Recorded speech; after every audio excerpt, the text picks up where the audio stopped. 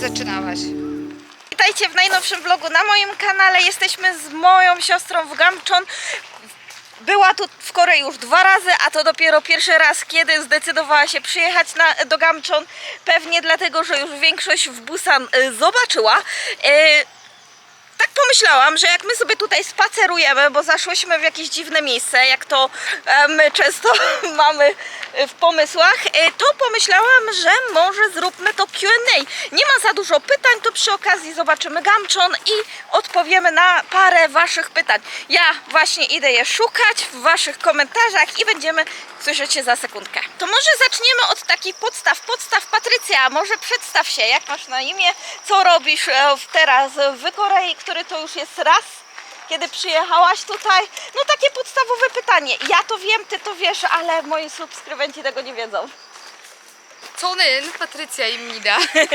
Po koreańsku stwierdziła, że Polandy 사람이에요. To wszystko, co umiem. Tak, Patrycja także troszkę uczy się koreańskiego w Polsce na zajęciach dodatkowych, z tego co wiem. Aha. I to już jest twój 3. raz? Schodzimy? Myślę, że tak. Tak, To już jest 3. raz. Dobra, to za chwilę, bo tutaj teraz niebezpieczne schody się zaczęły, więc lepiej, żebym chwyciła porządnie tą kamerę. Chyba widać, że te schody nigdy nie były odnawiane, ani używane.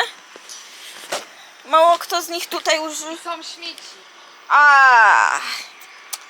No niestety. I to całkiem sporo. O, i chusteczki z czymś znam. Dobra, już takich informacji nie musisz nam podawać.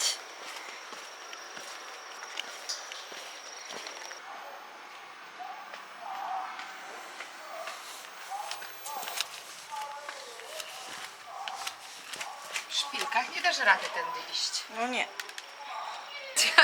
Patrycja, teraz kolejne pytanie, ale o podróż do Japonii. Jakie miasto odwiedziłaś? Kyoto. Kyoto, ale tylko? Kyoto, 1 dzień w Osace, jak miałam wylot. I Nara. Cały dzień i Narę. Ale Nara to osobne miasto. Tak. No. Nara, to tam, gdzie wszyscy na pewno... Dzisiaj ładnie ubrałam. No, podoba ci się Gamcheon? Choć jeszcze sporo, za dużo nie obejrzałaś. No właśnie, dlatego się powstrzymam z opinią. A idziemy gdzieś na kawę? Może bym chciałam, no? Ale z ładnym widokiem. Patrycja, to nie było pytanie, ale jak ci się podróżuje samemu? Ogólnie wolisz samemu, czy z kimś? I po drugie pytanie, czy się nie boisz? Ciężko powiedzieć.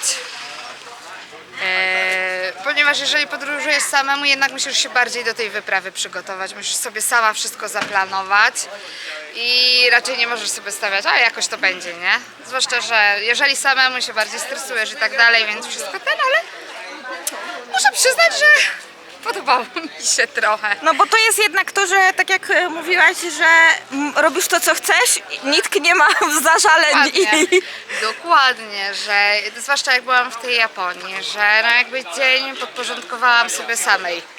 A pytanie, czujesz się bezpiecznie ogólnie w Korei i w Japonii? Czy miałaś jakieś przykre sytuacje?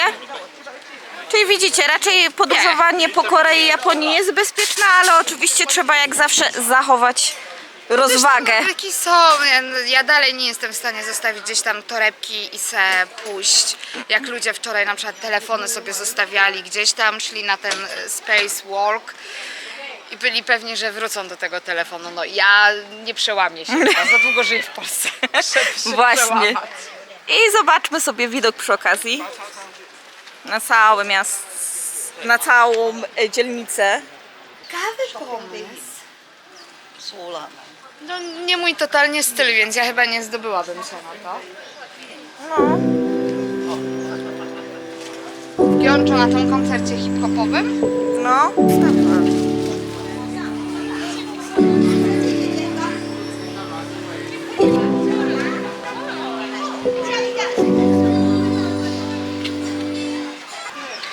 dobra, to teraz takie pytanie, co ci się najbardziej spodobało w Japonii i czy w ogóle polecasz Japonię jako taką destynację i... Oczywiście. Ty znowu cicho. Oczywiście. Oczywiście. Podobało mi się to, że praktycznie w niczym się nie rozczarowałam, że takie jakie były moje oczekiwania, a były wysokie moje oczekiwania, zostały spełnione. No poza tym Bamboo Forest.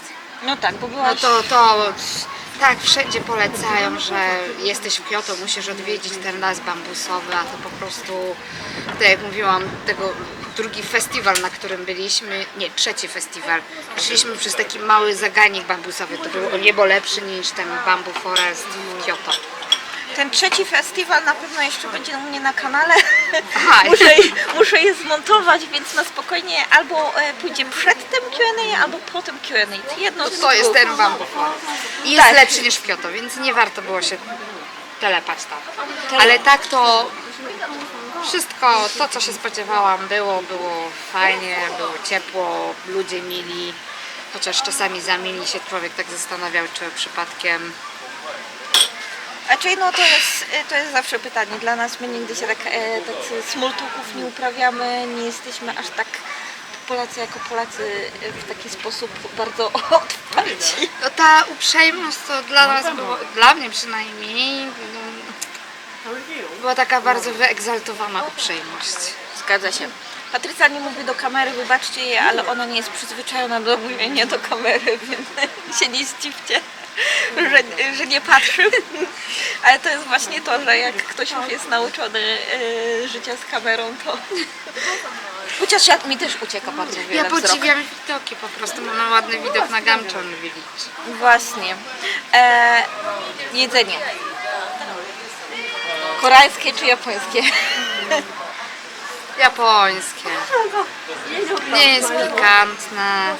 Naprawdę można łatwiej znaleźć wersję bezmięsną. Więc Mi się wydaje, że Japonia nadal jest jeszcze lepiej otwarta właśnie do jedzenia wegetariańskiego. Obserwuję na YouTubie jedną z koleżanek, podsyłam wam jej konto na YouTubie, to ona na przykład właśnie ma w poleceniach różne takie restauracje.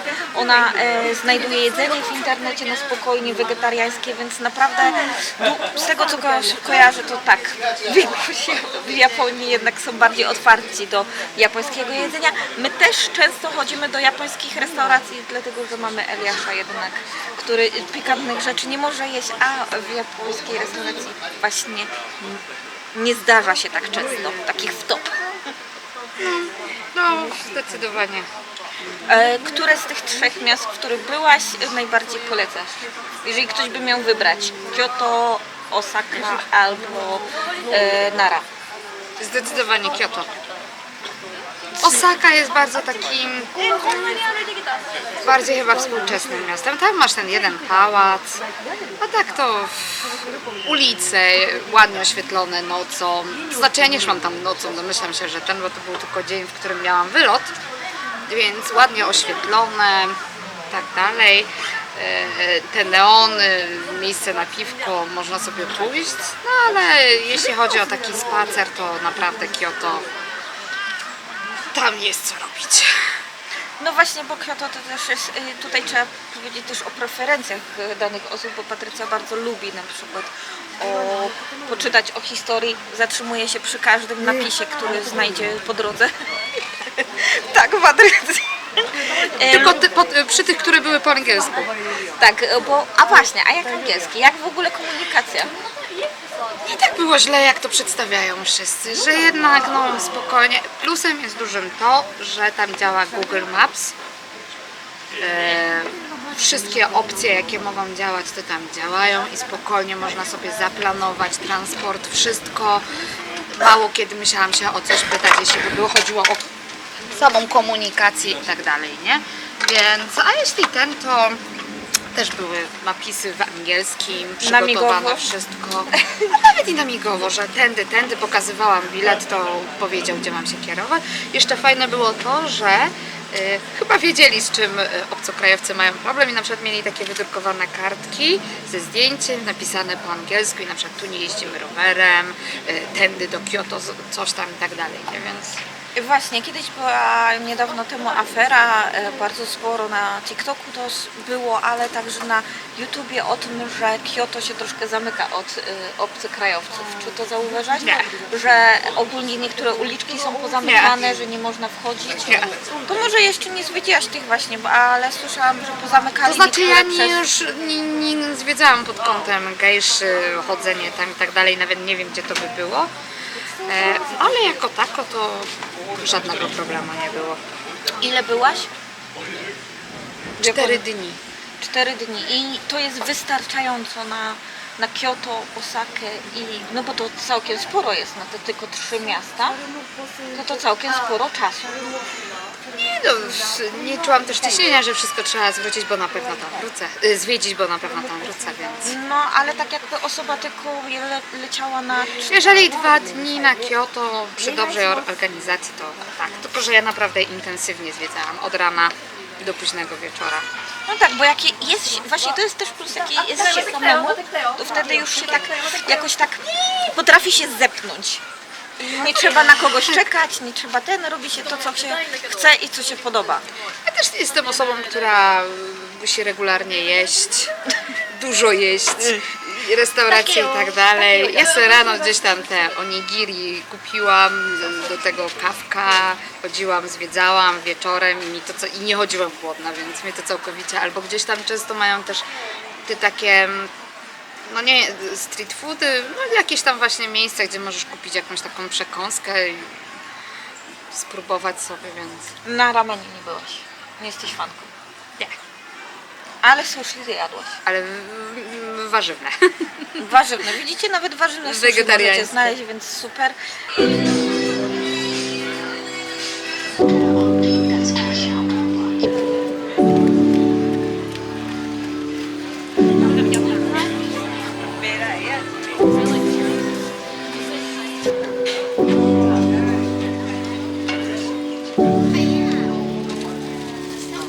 No to po prostu im się podoba.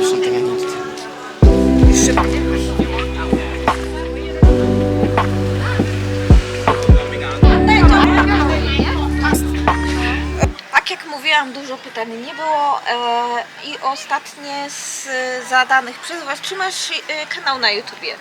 Jako, że tyle podróżujesz, to może nie. Patrycja, chyba nie czujesz się dobrze przed kamerą, co jeszcze? Jak podróżuję, to skupiam się na czym innym niż na kręceniu filmów, więc nie.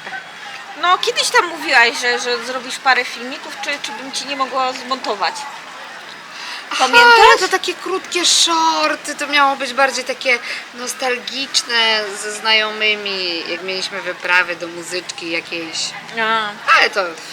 Jeżeli chcielibyście, to Patrycja ma Instagrama, chociaż też no właśnie go za bardzo nie używa, może jakby było tam więcej subskrybentów. Zima, to musi być zima na to, żeby No. tam coś robić. Bo Patrycja na przykład ma swoje konto, ale tam ma parę zdjęć właśnie bardzo starych z Jeju, jak byłyśmy. Temu. A to nie są stare zdjęcia z 8 lat temu? Że jeszcze ty zrobię też, bez przesady. Patrycja za to lubi bardzo robić zdjęcia i ma całką pokaźną, ale właśnie nie udostępnia, bo raczej mało przebywa w internecie. Bo na to trzeba mieć czas, a to trzeba robić zimą, kiedy ma się tego czasu więcej. Latem jednak człowiek preferuje aktywności na świeżym powietrzu, więc... Dobrze, może jeszcze zapytania o podróż do Korei. No wiem właśnie, za chwilę będziemy uciekać. Z zapytań takich jeszcze, jeżeli chodzi o podróż do Korei i do Japonii, to jak bilety? Bo Ty tanio kupiłaś, nie w miarę, do Korei bilet, ale za to podróż nie była za ciekawa. To znaczy była ciekawa, tylko no długo. Jak przyjechałam, to długo chorowałam. A ile to było? Ile leciałaś z całości? Bo byłaś jeszcze w Beijing. No tak, no z Trójmiasta dostać się do Warszawy, z Warszawy do Beijing, do Pekinu jednym słowem. W Pekinie spędziłam 12 godzin, potem 2 godziny do Seulu, no i z Seulu do noclegu. Więc cieszę się, że w Seulu miałam ten nocleg, a nie jeszcze, tak jak namawiałaś, do Busan, bo to mogłabym już chyba nie przeżyć. Znaczy wiesz co, ja myślałam, że jak przyjedziesz do Busan, to wtedy nie będziesz marnowała czasu na Seoul. Raczej wiesz, bo w Seulu byłaś tylko 4 dni, nie? Ja myślałam, że jak zjedziesz od razu do nas, to u nas będziesz mogła sobie odchorować i sobie na spokojnie ten przelot Może, przetrawić, a wtedy byś miała na koniec, jakbyś to teraz byś szybciej wróciła do Seulu, pozwiedzała sobie Seul i wtedy poleciała do Polski. No, tylko wiesz jak to z rozstaniami, jednak gorzej by było na te, a nie, to zostanę dłużej z Busan, z Eliaszem, więc Tak, a pewnie bym nie pojechała. ile zapłaciłaś? 2600, 600. tak? A tutaj leciałaś do Japonii z Busan z Gimę i zapłaciłaś za bilet Niecałe 900 zł. niecałe 900 zł. Czyli cena raczej droga, ale też Patrycja musisz przyznać, że kupowałaś po przyjeździe do Korei, więc już tak na Ale cały ostatni czas moment. obserwowałam cenę. Przez cały czas Już było? tak, od wakacji jak tylko kupiłam bilety do Korei, obserwowałam ceny do Japonii, bilety i uważam, że i tak tanio kupiłam. I jeżeli- Oczywiście były tańsze, no ale w sierpniu, nie? No to... Myślę, że jeżeli można też sprawdzać bilety na prom. Czy w tej sytuacji Nie wychodziło taniej. nie wychodziło to taniej? No, czyli... Tam za prom prawie niecałe 500 zł w jedną stronę. A, czyli no całkiem sporo. Czyli 1000 zł, więc na to, ale podróżujesz chyba 11 godzin. Nie wiem, kiedy one tak podróżały, te bilety, chyba no Po koronawirusie. No chyba tak jak wszyscy, większość się domyślają, od kiedy tak podróżował. Bo ja pamiętam, że nawet kiedyś widziałam za 100 000 bilet w jedną stronę. Ja pro? Nie, na ten. Może kiedyś się uda. To na pewno nie była moja ostatnia wizyta w Korei, ani w Japonii, więc Jak się ma siostrę. trzeba korzystać. A potrafiłabyś powiedzieć, który kraj bardziej? Chyba nie chcę tego mówić. Patrycja pewnie chciałaby powiedzieć Japonia, ale to też pytanie jest, czy to już po prostu Korea już zwiedziłaś sporo. Właśnie, trzeci raz jestem już tak mniej. Ale za to, Zaskakuje mnie rzeczy, więc no Japonia jeszcze jest miejscem nieodkrytym przeze mnie też, więc dlatego mnie tak bardzo kręci, żeby w końcu pojechać do Japonii.